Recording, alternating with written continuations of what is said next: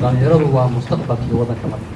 meeshii dhalinyarada lagu abaabuli lahaa nidaam qabiil lagu abaabuli lahaa koox maaragtay xagjirnimo in hadda lagu diyaariyo in ay maaragtay lagu sii tababaro nidaamka xisbiga oo hadhowtii mustaqbalka haddii alla idmo ay noqdaan dadka waddanka hogaaminaya ujeedooyinka laga leeyahay ka mid tahay wixii faahfaahin xisbiga guddoomiyaha aad noogu shaqayn doona annaga ka xildhibaan ahaan waxaan u taagannahay mar walba inaan shacabka waxa ay dareenkooda aan u shaqayno shaqada sida uu weeyay baarlamaanka waxaan ahaa xildhibaanadii joogay xilli waxaa lagu jiray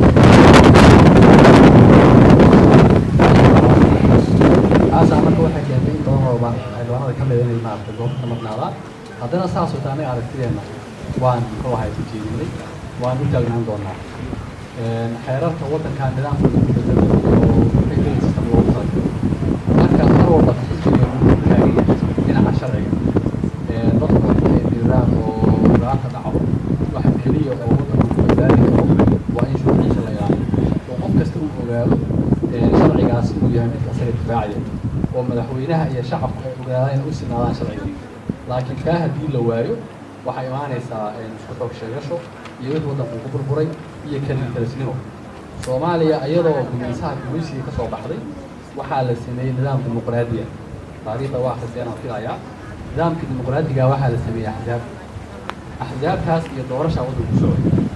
habeen madooba waddankaana la wareegay dimuqraadiyaddii iyo shuruucdii waddanku uu lahaana waa la laalay maalinkaas wixii ka dambeeyey waxaa socday muxuu ahaay digreeto madaxweyne oo ay ku qoran tahay sharci kasta oo aan la jaan qaadi karin waa la laalay oo maaragtay aragti shaksi ay ku socoto waddanka militarigu wax badan bay dhiseen dalku way hormariyeen laakiin quruurtii shacabka soomaaliyeed kalsoonidii baa dhimatay taasaa marka waxay keentay waddanku inuu burburo xisbiga UPD marka waxaan rabnaa inaan Soomaali isku keenno degmo kasta la tago gobol kasta la tago kaalinta ugu badan oo isku keenidana waxaa yeelan doona dhalinyarada marka in ay maskaxdooda ka saaraan wax la yiraahdo kala qaybsanaan iyo qabaa'il iyo muxuu ahaay iyo ururaysi mabda'a xisbiga laga wada shaqeeyo qofka maanta soo galay iyo kan aasaasay iyo kan kaleeyahay way u sinaan doonaan waddanka xisbiga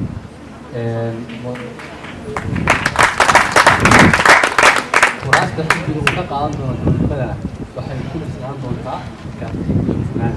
qof kastaaba si uga dhex muuqda xisbiga ayuu mustaqbalkiisa noqon doonaa iyo kaalinta waddanka ka qaadan doona